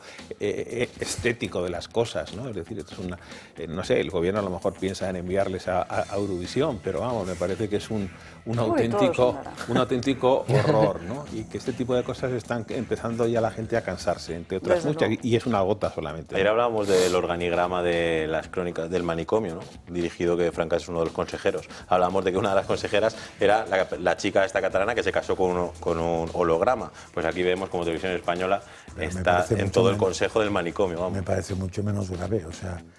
A mí que lo del holograma... Que se case con un holograma no hace daño a nadie, ¿no? Por eso me parece simplemente que esa chica ni está... te por eso en el manicomio tenemos un organigrama y tenemos diferentes estados. Esa Franca. chica tiene un problema mental y por tanto yo lo que si fuera psiquiatra intentaría ayudarla. Pero esto es otro tema, ¿eh? O sea, a mí que contrates a un gilipollas para que haga gilipolleces tampoco me preocupa, porque Televisión Española no me interesa nada. Me cabrea porque me soplan no sé cuánto del sueldo a final de año. Eso me cabrea. Pero otra cosa es que cojas a un señor que hace ese tipo de manifestaciones. Porque ahí estamos ante lo que ha dicho Ignacio, están haciendo... Eso, si existe el delito de odio, que habría que estudiarlo y no lo tengo nada claro, eso es delito de superodio, de odio esférico. Que quiere decir que mires por donde lo mires, es odio. Nosotros vamos a preguntar al gobierno desde el Congreso. Y lo de las iglesias me parece que también. Gaby, gracias por estas crónicas de manicomio. Volvemos con el asunto de la Dana. Es que hoy tenemos menos tiempo, media horita menos, y eso se nota. Nos vamos con la Dana. Lluvias que preocupan, sobre todo, ¿por qué? Porque durante todos estos días el lodo, el barro, se ha ido acumulando en el sistema en todas las alcantarillas. Claro, empieza a llover de nuevo y el alcantarillado no es capaz de tragar, aparte de que esas propias alcantarillas suponen ya de por sí un foco de infección. Las alcantarillas están llenas. Estas imágenes se repiten en todos los municipios valencianos afectados por la Dana de hace 2 semanas. Unas consiguen desatascarse, pero otras continúan bloqueadas. Ahora mismo la prioridad es liberar las alcantarillas que todavía están obstruidas, porque nos han dicho que puede llover y aunque no sea tanto como el 29, aquí llueve sobre mojado.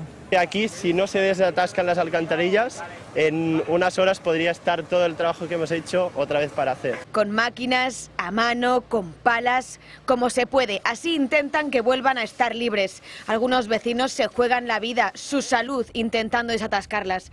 Servicios de emergencia de distintas partes del país ayudan en estas labores. Y escuchen lo que sienten este equipo al conseguir que trague una de ellas.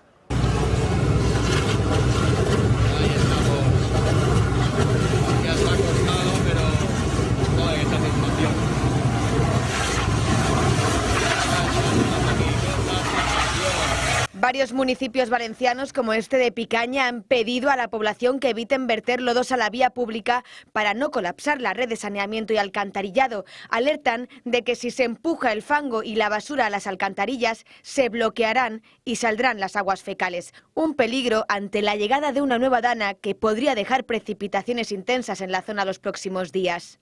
La situación en Valencia en estos momentos, desde un punto de vista del riesgo de enfermedades infecciosas, es la falta de agua potable, que parece que se está recuperando rápidamente, y el estancamiento, rotura del sistema de drenaje o alcantarillado, es decir, la mezcla de aguas fecales con agua que puede servir para lavar o para regar. Entonces aquí el riesgo principal son infecciones que se transmiten por el agua o los alimentos. Las alcantarillas, una nueva pesadilla para los equipos de emergencia. El fango, ya sólido al secarse, se ha convertido en un tapón como una piedra. Ha atascado los sistemas de alivio de agua de todos los municipios, que aún siguen limpiando sus calles para intentar recuperar una normalidad que todavía no llega. Bueno, esta dana nos ha hecho fijarnos en las alertas rojas. Quizás ahora haya mucha más población que esté más sensibilizada, por decirlo de algún modo, ante este tipo de avisos. Sin embargo, Marien, esta no ha sido la única alerta roja de este año 2024, ¿no? Ayer se cumplieron 2 semanas de esa dana que provocó graves inundaciones y riadas en Valencia y también en Albacete. 2 semanas en las que toda España ha estado mirando a un mismo punto. El pasado 29 de octubre, la EMET advirtió del peligro extremo que suponía esta dana y emitió una alerta roja, la máxima de las 4 alertas disponibles. Hoy hemos amanecido conociendo que Málaga y Tarragona también se encuentran en alerta roja, lo que ha provocado la cancelación de las clases. Y además, ayer aquí les contamos las inundaciones en Almería, provocadas por las fuertes tormentas. Esto, sin embargo, es verdad que lo ocurrido en Valencia ha sido una auténtica catástrofe, pero también hay que conocer que no es la primera vez que la EMET lanza estos avisos. De hecho, lo que llevamos de año, y sin contar con las actuales, la EMET ha lanzado otras 19 alertas rojas, la mayoría de ellas además en la zona de Levante y en Andalucía. Dicho de otro modo, de todas las alertas que llevamos, más del 40% han sido rojas. Desde el año 2022 se han enviado un total de 44 advertencias en todo el país y todas ellas del mismo nivel y con las mismas recomendaciones, pero que no han sido tan conocidas como esta. Es algo poco común, pero que no es nada nuevo en nuestro país. El año con más alertas rojas fue el 2019, con un total de 87. Con todo esto hay que recordar también los niveles de alerta de la EMET. Por un lado tenemos el verde, que indica que no existe ningún tipo de riesgo meteorológico. El color amarillo indica que no existe riesgo salvo para alguna actividad en concreta, como puede ser el deporte al aire libre. Ya con el color naranja es cuando empieza ese riesgo, y con este aviso la EMET pues pide a los ciudadanos que tomen ciertas precauciones. Por último, la alerta roja, como he dicho, la más grave de todas ellas, eleva el riesgo a muy alto y se pide que no se salga de casa y que no haya desplazamientos, salvo que sea estrictamente necesario. Gracias, Marien. El presidente del Gobierno, mientras tanto, ya lo saben, se ha ido a la cumbre del clima de este año 2019 que se está celebrando en esos últimos días en Bakú. Sorprende porque en un momento como este, en el que los valencianos siguen mirando hacia las administraciones para poder tener toda la ayuda y todo el respaldo posible para poder rehacer sus vidas, el presidente del Gobierno se marche a un evento de este tipo, un evento en el que además no participa ni Estados Unidos ni China. Pero en fin, el presidente del Gobierno quiso arrancar su intervención hablando de la dana, pero atención a los términos que usó. El cambio climático mata.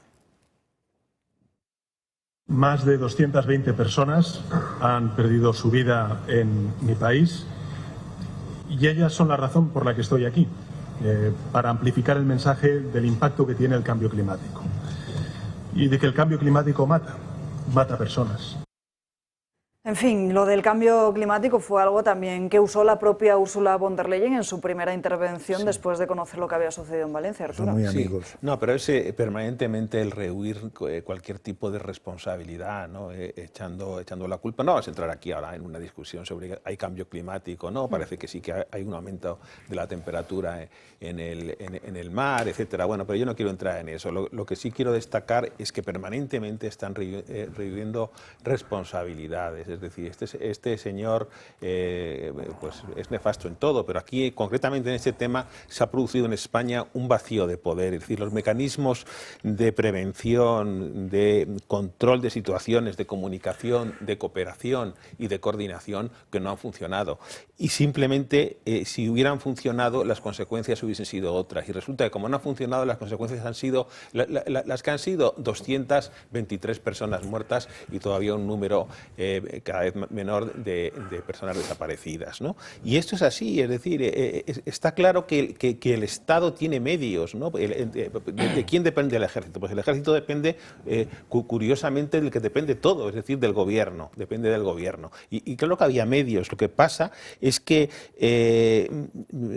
la política consiste en adelantarse al proceso de formación o de cristalización de los problemas y lo que no ha habido precisamente es esa capacidad de anticipación, ¿no? Frente a la generosidad de los voluntarios, verdaderamente es un ejemplo, y la entereza y también el ejemplo del rey de España, ¿no? Esto contrasta con el cálculo tacticista de estos señores, que es verdaderamente lamentable, el asentismo del gobierno, no por desconocimiento de sus funciones, que saben cuáles son sus funciones, simplemente porque pensaron en su momento, hicieron la conjetura, la especulación, el análisis de riesgo, de que les interesaba atribuir la responsabilidad a la Generalitat Valenciana, que es, en este caso me parece un responsable político subsidiario, porque me parece que la responsabilidad principal o no es una catástrofe nacional hacer una catástrofe nacional, una catástrofe absolutamente natural, pues esto es la responsabilidad del gobierno de la nación, o si no, ¿para qué está el gobierno, ¿no? Entonces yo creo que ha habido una guionización de la crisis, es decir, esto estaba de alguna forma, ellos lo han meditado y lo meditaron bien. Creo que se han equivocado en esconder totalmente a Teresa Rivera, le dirían, no, que tú en esto no te metas, que tienes el examen de tal, pues al final ha caído los cascotes de su incomparecencia en esta crisis, ahora mismo cuando iba a ser nominada o propuesta para ser comisaria de todo esto, ¿no? El margen de maniobra político que tiene la oposición, a mi juicio, es pequeño, porque indudablemente está lastrada por la inoperancia del gobierno de la Generalitat, y entonces el relato exculpatorio del gobierno, bueno, pues de alguna forma consigue a través de el no estar de Mazón y su gobierno en el momento que tenía que haber estado, pues de alguna forma favorece al gobierno, ¿no?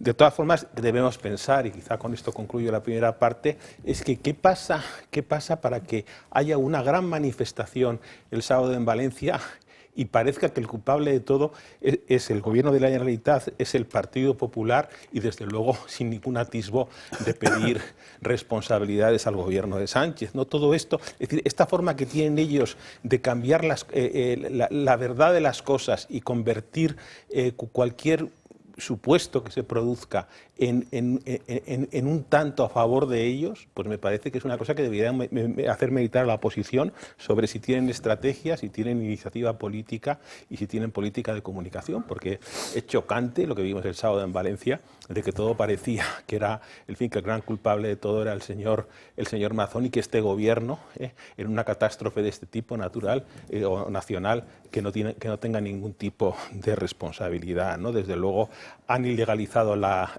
realidad, es decir, cuentan un cuento chino en cada tema que tienen pendiente. Por supuesto son absolutamente refractarios a la verdad, y al final lo que pasa es que siempre la culpa de todo la tiene el otro, ellos no tienen responsabilidad por nada, y todo esto debe motivar, yo creo, algún tipo de reflexión. Sé que todos queréis hablar sobre esto, pero tendrá que ser tras una breve pausa de publicidad. Es ya la última del día de hoy. Ya estamos de vuelta en Dando Caña, llegamos a la recta final del programa. Les decía antes cuáles eran las actividades que tenía por delante el Club de Amigos y hoy destacamos una de ellas, la del jueves 21 de noviembre a las 7 de la tarde, dentro de ese ciclo de cómo mirar la arquitectura, en el que va a estar Carmen Espejel, que nos acompaña ya en esta mesa. Muy buenas tardes, Carmen. Buenas tardes, encantada. Cuéntanos un poquito, ¿por qué no hay mujeres en la historia de la arquitectura? Bueno, pues porque la historia de la historia en general y la historia de la arquitectura en particular ha estado hecha por hombres, fundamentalmente. O sea, muchas de ellas han sido borradas, otras veces sencillamente la cultura de la época no daba para incluirlas, digamos, no las incluía. Pero ha habido pintoras, ha habido guerreras, ha habido pilotos, ha habido científicas. Lo que pasa es que, bueno, pues quedaban muy digamos, ocultas en los textos. Era muy difícil encontrarlas, ¿no? De hecho, una de las labores que yo realicé fue descubrir cómo se ocultaban, o cómo se desaparecían, o cómo les cambiaban los nombres, los apellidos. Luego es muy difícil también en una mujer que cambia, por ejemplo, cuando se casa, sus apellidos, que en muchos países ocurre, seguirle la pista como profesional, por ejemplo, ¿no? Después de haberse casado, porque pierdes la pista, ¿no? Es curioso, es muy interesante. ¿Hay algo particular en su forma de hacer que haga que su arquitectura sea especial? Yo no lo sé si es una arquitectura especial. Sí que sé que, digamos, funcionan de una forma más horizontal que vertical, incluso en sus trabajos, en sus estudios, con grupos. Sí sé que tienen una sensibilidad diferente de la del hombre y por lo tanto ponen más énfasis en determinadas cuestiones que en otras, pero también muchas de ellas han estudiado en universidades y han estudiado con hombres, con profesores hombres, y tienen unos conocimientos muy similares a ellos y por lo tanto pues a lo mejor esas diferencias son menores. ¿Interioristas o arquitectas? De todo. Es que ellas entraron a la arquitectura por donde les dejaron. Muchas de ellas entran por el interiorismo porque es lo que habían estudiado y es el territorio que las dejaban, ¿no? Y después ya dentro funcionando como interioristas descubren que pueden hacer otras cosas y plantean proyectos ya de arquitectura. Pero bueno, es muy difícil en muchos casos, sobre todo en el siglo XX, ¿no? En entreguerras, que es el periodo que yo más he estudiado, diferenciar dónde aparece la arquitectura, dónde acaba la arquitectura y dónde comienza el interiorismo. Es muy difícil de seccionar, ¿no? Y luego trabajaban en grupos complejos, digamos, de mucha gente y además también solas, pero en muchos de ellos eran profesionales que trabajaban con otros profesionales y por lo tanto, bueno, pues en un trabajo en equipo ya sabes que también es muy difícil seccionar quién hace qué y dónde y cómo, ¿no?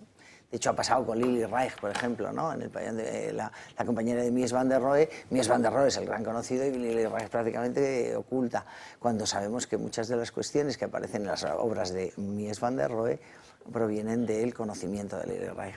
¿Cómo fueron los comienzos del siglo XX?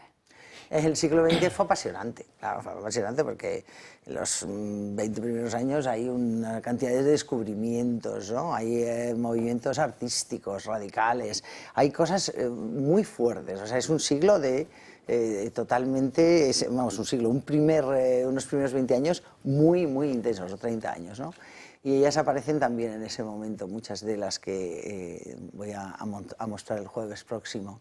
Sí, no vamos a desvelar nada más a los espectadores para que todos los que puedan se apunten a esa cita tan interesante que va a ser, les recuerdo, el jueves día 21 de noviembre a las 7 de la tarde. Carmen, ha sido un placer poder conocerte. El placer ha sido mío, gracias. Allí nos veremos. Muy bien. Para apuntarse, ya lo saben, ese número de teléfono que están viendo en sus pantallas, que es el 91 616 24 64, si lo prefieren, un correo electrónico a clubdeamigos@clubdeamigos.org. Volvemos con el tema de la Dana, porque tenemos una noticia de última hora, porque los socialistas europeos amenazan con tumbar a todos los comisarios si Teresa Rivera no se asegura su plaza, si no pasa el examen. Von der Leyen ha asegurado también que nada ha cambiado en la confianza que depositó en Rivera al adjudicarle una vicepresidencia de la Comisión y se reúne de urgencia con el Partido Popular Europeo, con socialistas y liberales. Es noticia de última hora después de que en el día de ayer el Partido Popular Europeo bloquease, suspendiese de forma temporal ese examen a todos los comisarios, a pesar de que Teresa Rivera intentó defenderse como pudo en Bruselas. The regional government is the one in charge. of generating the alerts to the general public and to adopt the measures to protect the people. The warnings were issued at due time. In fact, there were many institutions that, according to those warnings in the previous days, at 7:30 in the morning in the 29th, decided to cancel all the activity. Vienen días advirtiéndolo.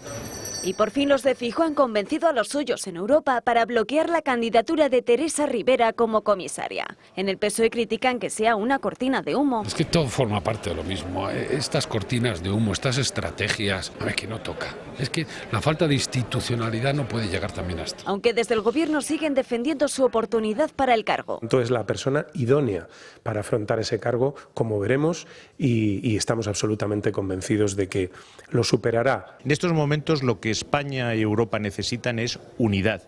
Y necesitamos una comisión cuanto antes con candidatos como Teresa Rivera. Muchas gracias. En respuesta, los socialistas europeos han bloqueado también el nombramiento del candidato de Giorgia Meloni, Raffaele Fitto, otro de los que están en la lista de von der Leyen a comisario. Dicen los de Feijóo que no podía premiarse a la de Sánchez cuando ni siquiera ha dado explicaciones sobre su papel en la gestión de la Dana. Lo hará el próximo día 20 en el Congreso, lo que ha llevado a que los socialistas y los populares pacten una especie de tregua de una semana en el Parlamento. Hoy todo transcurrirá como estaba previsto. Teresa Rivera se presentará al hearing, lo que se denomina en Bruselas la audiencia ante las comisiones que deben elegirla. Pero no se producirá votación alguna, y el sentido de voto que sí que no iba a cambiar es el del grupo de los de Abascal. Teresa Rivera quedará, por tanto, en una especie de stand-by. Dicen fuentes europeas al Toro Televisión que su examen, no obstante, no se trata de un tema menor. Durará cerca de 3 horas, tendrá una intervención inicial y responderá a todo tipo de asuntos relacionados con su cartera y que se le suponen son de su competencia. Retrasar su ascenso para los populares sería algo así como cuestionar su figura en Europa.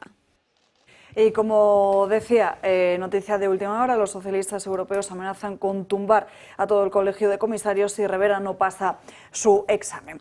En fin, si queréis hablar de Teresa Rivera, retomando también con esas responsabilidades, porque al final todo este asunto está conectado entre sí. Primero Ignacio y luego vamos por este lado. Teresa Rivera fue ayer al Parlamento Europeo, pero porque es propuesta por Ursula von der Leyen, es decir, del Partido Popular Europeo, porque no se nos puede olvidar que el PP y el PSOE son coalición en Bruselas, es decir, que no aparece ahí por casualidad. ¿Por qué? Básicamente porque las tesis de Teresa Rivera son las mismas que las del Partido Popular, del fanatismo climático, la antinuclear, fastidiar al campo y a la industria nacional. Esto es. Lo que pasa es que luego con la gestión de la Dana y sabiendo que nosotros íbamos a votar que no y que íbamos a plantear mucha presión, me refiero a Vox, el Partido Popular Español se asusta. Claro, el Partido Popular Español tiene a González Pons y a Dolors Montserrat de vicepresidentes del Partido Popular Europeo. Y empiezan ya con este paripé. Entonces ahora dicen que lo vamos a retrasar. ¿Hasta cuándo? Hasta que aparezca Teresa Rivera en el Congreso de los Diputados a dar cuenta de su gestión y responsabilidad de la gota fría y la tragedia en Valencia. ¿Cuándo viene Teresa Rivera? El miércoles que viene.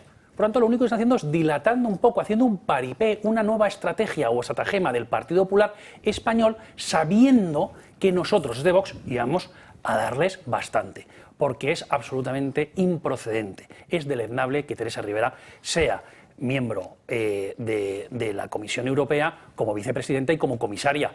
Obviamente también tras la gestión de la Dana esto se incrementa, se acrecenta la irresponsabilidad. Pero también el problema es de las propias tesis ideológicas del Partido Socialista y de esta persona en particular. Y luego, por otro lado, una serie de apuntes sobre lo que ha dicho el presidente del gobierno en Azerbaiyán, ¿no? Básicamente lo siguiente. Vamos a ver. Este señor siempre echa la culpa a los demás. Si el precio de la vivienda se incrementa, para él la culpa es de los pequeños propietarios y demás.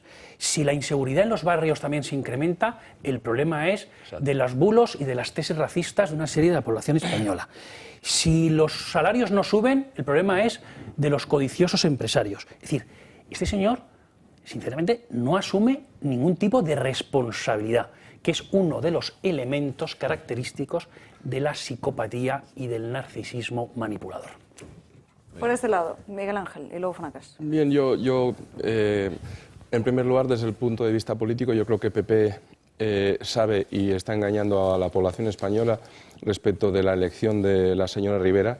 Yo creo que eso está más que pactado y coincido con lo que has comentado en ese sentido. Nada más que decir, yo creo que la gente tiene que pues, caerse un poco del guindo respecto del PP en relación con sus pactos con el PSOE y las posturitas o este postureo que deriva precisamente del miedo electoral. Dicho eso, don Pedro Sánchez en esta cumbre, por cierto, cumbre en la que no está ni China ni Estados Unidos, con lo cual los principales contaminantes aquí no tienen nada que decir y pasan absolutamente de todo esto. Pero lo que quiero decir es que don Pedro Sánchez señala, el cambio climático mata. Pues yo creo que habría que añadir que a quien mata sobre todo es a aquella población de Valencia que no ha estado protegida por infraestructuras que estaban hechas desde antes, es decir, de tiempos de Franco. Y el cambio climático mata, sobre todo si, como ocurre en este país, se colocan a verdaderos inútiles, a personas que no están capacitadas en puestos de altísima responsabilidad como ministerios que tienen una componente estrictamente técnica, como por ejemplo el de Teresa Rivera. Es decir, si tú sitúas a políticos en puestos que requieren conocimientos, experiencias y una formación, cuando llegan este tipo de desastres, pues pasa lo que pasa, que tanto a nivel autonómico como a nivel estatal. Y dicho eso, yo creo que tenemos lamentablemente mucho que sufrir con estos políticos y que esto va a seguir igual. Francas y luego Arturo. A ver, muy rápido, sí. A ver, yo creo que ser esquizofrénico no es una cosa que nadie pretenda serlo. Y por tanto es malo ayudar a la gente a serlo. Entonces, yo el PP no sé a qué juega, pero claro, si lo que pasó ayer en la comisión, el tono de las preguntas, el envoltorio de llegar a la comisión, me refiero a la comisión para dilucidar si Teresa Rivera es inútil o más inútil todavía. Si todo eso que han dicho es verdad, es imposible que pueda ser comisaria europea esta señora, a no ser que el PP sea esquizofrénico y pretenda que lo acabemos siendo todos. Pues claro, la frase de que quien ha sido mala ministra no puede ser buena tal, como lo de mala ministra ya no lo va a cambiar ni su padre, pues entonces la segunda parte es evidente. Con lo cual, si no puede ser buena tal, ¿qué hace el PP votando esto? Claro, si el mal mayor es que entonces el lío es con la señora von der Leyen, ojalá desaparezca también, porque no es mucho mejor que la señora Rivera. O sea, una señora que cambia su criterio sobre los lobos porque le muerden a su pony, pues ya me parece que mentalmente o políticamente tiene sus problemas. Pero aparte de eso, yo le doy a la razón a Arturo, el PP no tiene estrategia, no ha tenido estrategia de comunicación en su puñetera vida, lo que tiene son jefes de prensa, es decir, mandar notas. Pero claro, está toda la maquinaria del PSOE, del gobierno y la tira de televisiones y demás, enfocando solo Amazon. Y el PP no se sabe exactamente a qué juega, a defender a Amazon, fundamentalmente. Bueno, o a quedarse con su tarta del pastel de la Unión Europea, que es a lo que están jugando. No, pero ahora ya no voy tan allí, ¿no? Sino simplemente eso. Si tienes una estrategia, es muy fácil saber qué ha pasado aquí. O sea, que Amazon ha hecho mal, sí, pero mucho peor ha sido Teresa Rivera, mucho peor ha sido Pedro Sánchez, mucho peor ha sido otra gente. Entonces, coño, usa la cabeza para algo. Y de por hecho, cierto, sobre Amazon, esta misma mañana en el diario El Mundo se publica una noticia de cómo el propio Feijóo le habría recomendado a Amazon que solicitase esa emergencia nacional y que Amazon se alineó con el gobierno y le dijo, no, es que es el presidente quien no quiere hacerlo. Ya, bueno, ya, pero eso es lo que publica esta mañana El Mundo en su y además, portada, otra cosa que me hace mucha gracia, se dice, no, ahora no podemos no puede dimitir este hombre porque en medio de una crisis no puede dimitir el jefe. Y entonces yo me planteo, probablemente todas las películas que he visto militares son mentira, porque cuando un general la estaba pifiando, lo primero que se hace es cambiar al general, digo yo. O, por ejemplo, en los partidos de fútbol supongo que todo es una farsa, porque cuando estás perdiendo cambias jugadores, y si pierdes mucho cambian al entrenador y no esperan a acabar la competición. O sea, todos somos gilipollas, menos el que dice que no se puede cambiar a un tío en crisis. Felicidades, chaval.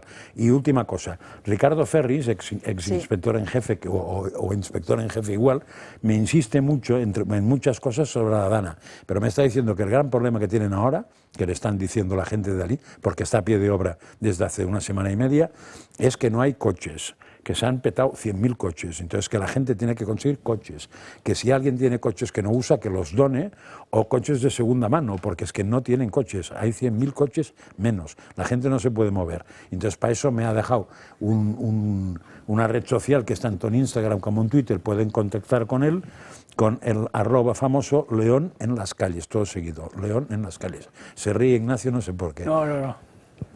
No sé si es bueno o malo. Por marcarte un Isaac Parejo. Bueno. Es lo que iba... Arturo. Sí, vamos a ver, yo creo que Teresa Rivera, y me parece que es un derecho y un deber democrático, que debe ser reprobada en el Parlamento, y además hay que anunciar que se va a pedir su reprobación, cosa que hasta ahora hemos quedado en que iba a comparecer, pero no se ha dicho que hay que reprobarla en el Parlamento, lo cual no sé si va a valer para algo, ¿no? Su responsabilidad está clara, la Confederación Hidrográfica del Júcar, la falta de inversiones y la EMEC, o sea, dos organismos que dependían de ello, y desde luego que dentro de las políticas cortoplacistas de los políticos y el dogmatismo ideológico, pues no ha habido indudablemente las inversiones que eran perentorias para que haber podido limitar los daños que ha causado que la Dana de Valencia, ¿no? En Europa hay dos crisis políticas. Hay una crisis contingente ahora mismo, que es el nombramiento del gobierno europeo, el nombramiento, quiero decir, del colegio de comisarios, etcétera, como se llama pomposamente, y por otro lado hay una crisis estructural, que es una crisis decisiva, es decir, hay que tomar la decisión, los países tienen que tomar la decisión si se va a una mayor integración o al final pues se produce una fragmentación, ¿no? En cualquier caso, me jugaría algo al que este problema de haber bloqueado ahora mismo el nombramiento de Teresa Rivera, al final, como son unos maestros, por lo visto son unos maestros en darle la vuelta a las cosas, acaba como que el PP es un partido irresponsable, porque en el momento histórico más decisivo de Europa, cuando efectivamente va a haber un cambio, se supone que estructural, por la llegada de Trump al poder, que solamente si sube los aranceles a Europa puede significar 180.000 millones de euros, etcétera. En ese momento el Partido Popular, que bloquea cuando más falta hace un gobierno, como es un partido irresponsable y anti-europeísta, que bloquea el nombramiento de esta señora, que en fin, no sé, y que ya veremos cómo acaba esto. En cualquier caso, Europa tiene una crisis muy importante. El tema de Alemania, que no nos da tiempo a hablar de ello, pues es un tema bastante crucial, que van a empezar a cerrar fábricas de Volkswagen, cosa que nunca ha pasado. Es decir, la coalición Semáforo ha tenido que convocar elecciones porque realmente estaba llegando al país a una situación absolutamente límite. El eje franco-alemán que no funciona. Hay un deterioro de las clases medias europeas, de pérdidas de ingresos reales, de pérdida de renta disponible, que ahí está en el malestar social que se está produciendo, y desde luego hay muchas cosas que hacer. Pues también deberían estar en Europa, como en otros sitios, deberían estar los mejores. Muy brevemente, hablemos de liderazgo. Hoy aparece esta noticia por la cual nos enteramos de que, preguntado el señor Mazón acerca de por qué no pedía la emergencia nacional, que se declarase la emergencia nacional, Mazón le dice: no, hombre, presidente, es que don Pedro Sánchez no quiere. Y yo me pregunto, ¿el señor Feijóo puede explicarnos qué es lo que le dijo al señor Mazón? ¿Qué liderazgo tiene el señor Feijóo dentro de su partido y como jefe de la oposición? ¿Cómo es que no le cantó las 40 al señor Mazón para que lo pidiera, le obligase a pedirlo? Es decir, yo creo que el señor Feijóo en toda esta crisis está bastante desaparecido. Solo se refiere en relación con el señor Sánchez a: era su responsabilidad, usted tenía que haberlo hecho. ¿Y tú? ¿Por qué no obligaste al señor Mazón? ¿Qué liderazgo es este? El PP está con estos miedos en la Unión Europea y con bueno, el portavoz del propio PP señalando que no iban a ir a degüello con el PP con el PSOE en estos momentos, pues porque no ejerció el señor Feijóo el liderazgo que se esperaba de él. Y esto, a mi juicio, es así. Que sí que es cierto que en las primeras horas el propio Feijóo acudió rápidamente a Letour, se le vio con Emiliano García Paje, pero luego inmediatamente después le vimos desaparecer para luego volver a aparecer para en el día de ayer conceder una entrevista. Hoy está ofreciendo unas declaraciones, está contestando ahora mismo a compañeros periodistas en el escritorio del Congreso de los Diputados. En estos momentos está hablando sobre Teresa Rivera. Pues sí, vamos a escuchar al presidente del Partido Popular.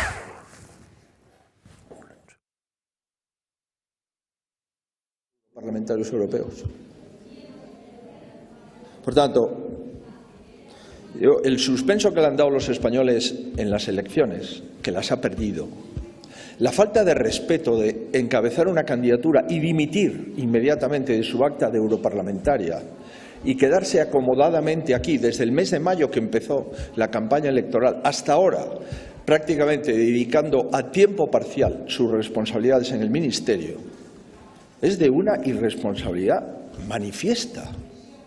Si usted quiere ser comisaria... Feijóo a Teresa Rivera diciendo que en Europa está a favor de la energía nuclear, mientras que aquí en España está en contra. En fin, Ignacio.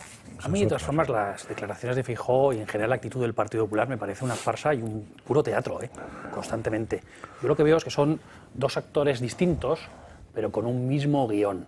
Es decir, el Partido Popular en Bruselas puede perfectamente tener otra alternativa, más allá de mirar a la izquierda, puede mirar al ECR y puede mirar a Patriotas por Europa, es decir, el grupo parlamentario en el que está insertado Vox. Y no lo quiere hacer, y si no lo quiere hacer es por algo, es básicamente porque tienen políticas muy parejas, muy parecidas. Entonces está muy bien soltar frases gruesas y severas contra Pedro Sánchez en el Parlamento, pero luego hay que actuar en consecuencia. Y eso no lo hace el Partido Popular y no lo lleva haciendo décadas, por desgracia. Sobre el asunto del fanatismo climático. Nosotros llevamos hablando de un plan nacional del agua para prevenir catástrofes y también para la gestión del agua. Y siempre votan sistemáticamente que no, Partido Popular y Partido Socialista. Porque queremos, evidentemente, gestionar el agua porque España tiene un grave problema luego de sequía en verano. Y queremos crear autopistas del agua en toda España. Y, por supuesto, también para la gestión de las catástrofes, con los pantanos, con los azudes, con las presas. Claro, pero es que para eso hay que acabar con la Agenda 2030, el Pacto Verde Europeo y todo el ecologismo radical. Y el Partido Popular compra esto. Yo entiendo que hay cientos, bueno, diría, millones de votantes del Partido Popular que están de acuerdo con nosotros. Pero claro, si votan al Partido Popular, estas políticas no se van a poder ejecutar. Y esto me parece muy importante, o sea, que todos los españoles tomen conciencia de que si luego pasan estas cosas, en fin, es que tenemos que tomar las medidas oportunas, los instrumentos. A mí me parece que clama al cielo que ninguna de las dos administraciones, la del Estado con el Gobierno de la Nación, sé que es mucho pedir, pero tampoco la Administración Autonómica está haciendo autocrítica. Es decir, ¿en qué hemos fallado? Si mañana hay otro problema meteorológico profundo, tenemos las infraestructuras, tenemos los medios. Es que esa ideología progresista mata y ha sido asumida por el Partido Popular. Sí, yo tengo dudas de que coincidan ideológicamente, ¿eh? O sea, puede ser que una parte del PP, y aquí lo hemos comprobado hablando con algunos, sí que tenga asumido perfectamente la ideología socialdemócrata. Pero otra parte creo que es peor, porque es puro complejo. Es decir, en el momento que salen los resultados de las elecciones europeas, que el tío más tonto que puedo ser yo, la lectura que hace es, le acaban de pegar un viaje al PSOE de campeonato, y no aquí, sino en toda Europa. O sea, han dicho el socialismo, todos los europeos, no nos interesáis nada, va al PP y le ayuda a que no se hunda. ¿Por qué? Porque no quiere estar al otro lado. Yo creo que muchos es porque les encanta estar ahí, pero otros es por el complejo de no fuera caso que me dijeran que niego el cambio climático, no fuera caso para que me dijeran que niego no sé qué.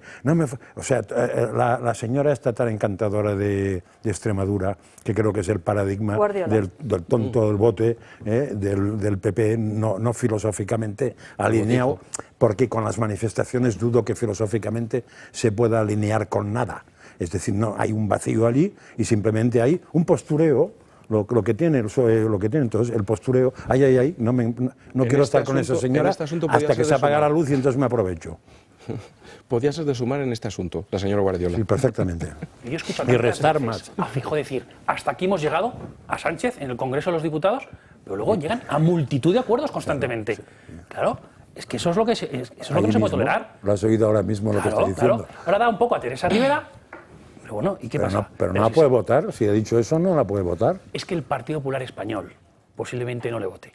Pero no se nos olvide que es que el Partido Popular Español tiene vicepresidentes en el Partido Popular Europeo, que ejerzan ese liderazgo. ¿Y cuál es el grupo mayoritario entre el PP europeo? No hay tiempo para más. Gracias a todos por acompañarnos esta mañana aquí en Dando Caña. Nosotros nos despedimos, les veo mañana aquí, como siempre, puntual a las 12. Que tengan un feliz día y que descansen. Ya saben que pueden seguirnos a través de nuestras redes sociales y volver a ver no solo los mejores momentos de este programa, sino de esa entrevista también que hemos realizado esta mañana aquí al presidente de Vox, a Santiago Abascal. Sin más, que descansen. Hasta mañana.